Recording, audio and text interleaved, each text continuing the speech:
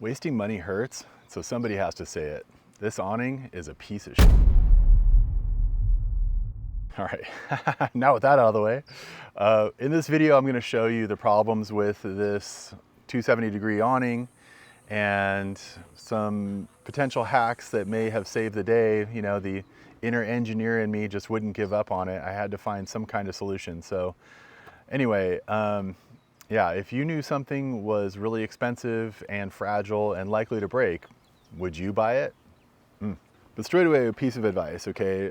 Before you even think about buying an awning for your rig, there is a key term that is critical to look for, and it's now in the name of the awnings that you want to consider. And I will talk about that at the end of this video or after the demonstration here. But first, if you're new to the channel, hi, I'm Randy. I make apps for phones, tablets, and desktops, and I love my Jeep. On the weekends, I need adventure. And yeah, this awning, I guess we could call it an adventure. That's probably putting it kindly. Okay, so here's the story. I did the research, I read the reviews, I thought I was getting a really good deal.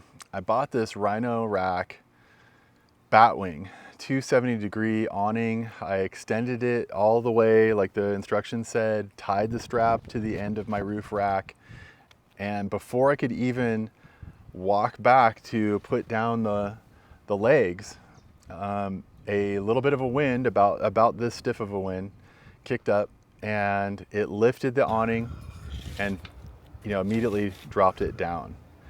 The breeze was just enough, I guess, to break two of the 4 breakaway hinges on the awning. That's all it took. This was not a big gust of wind.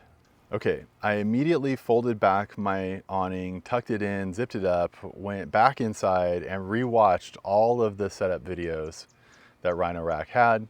And I noticed that on one of them, they had a couple setting up the awning and they seemed very rushed.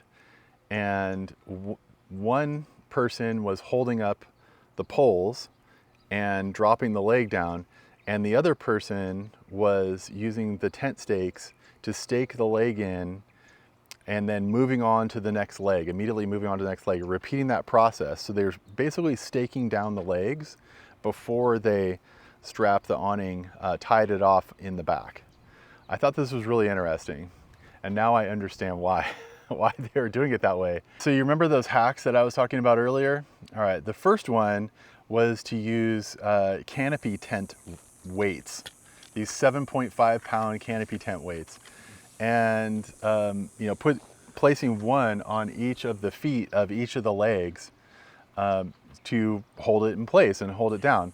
Well, that didn't really work. It looked, I mean, the legs fit where they're supposed to go, but it didn't really hold it in place, and as soon as there any kind of wind, it started to blow around. So that required some kind of rigging, you know, some kind of like tying things up or whatever. And anyway, the solution didn't work. I don't want to carry around an extra 30 pounds of weights with me everywhere I go, so that one is back to the drawing board.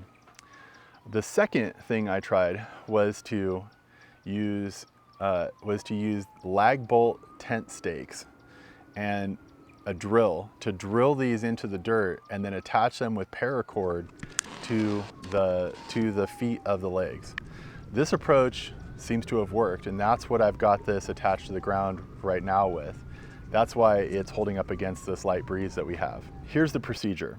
First, you unfold the awning very carefully, all right? You have to hold up the arms and legs to the awning while you're doing this, all right? Then you drop down one leg, and then the next leg, you get all the legs extended, basically in one spot, and then expand the awning to get to that first position. All right, then you stake that first leg down.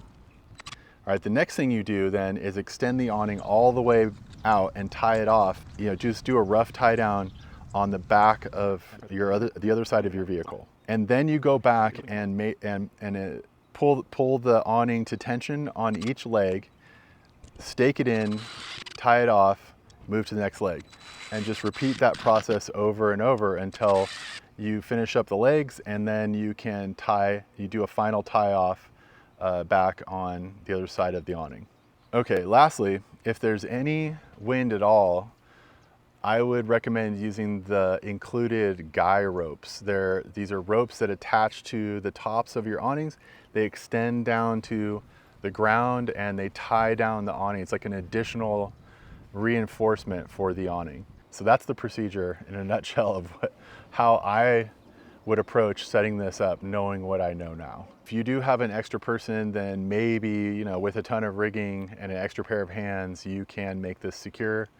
I don't know about you, but I'm never traveling with another party. I do meet up with people sometimes out at my destinations, but you know, that's kind of iffy. You know, if everybody gets there at the same time, you got to ask for help. It's just weird.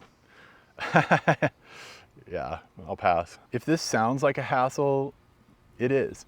If you want to avoid this, you need to buy a different kind of awning. Remember when I said that there was a key term to look for in the names of the new style of awnings? That term is freestanding. You see, the awning makers realized that wind was going to be a huge problem with these massive pieces of material. They just become sails in the wind, and you know, they flap up and down, and so you need something to deal with that. And strapping the legs to the ground, or counting on the legs to be properly strapped to the ground, isn't a real solution. So, you know, freestanding indicates that they don't need the legs to be attached to the ground. They're sturdy on their own. They're usually built with cantilever style arms instead of poles. Had I had known all this ahead of time, I would not have bought the Rhino-Rack Batwing 270-degree awning. I don't know how they let this one slip through the cracks of their quality control, but it really can't withstand any wind without the legs being attached to the ground, because if it flaps, it's going to break at the hinge. And that's why when you buy this, they actually send you 2 additional hinges. They don't really talk about it though, because I think they know you're going to break this thing.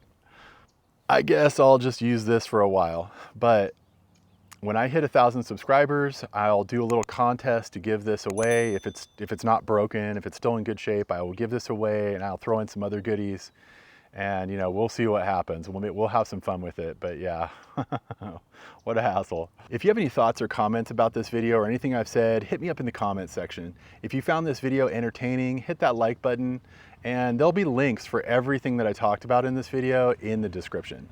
All right, that's all I got, guys. Thanks so much for watching. You're the best. Stay awesome, and I'll see you on the next Shift into Sunshine.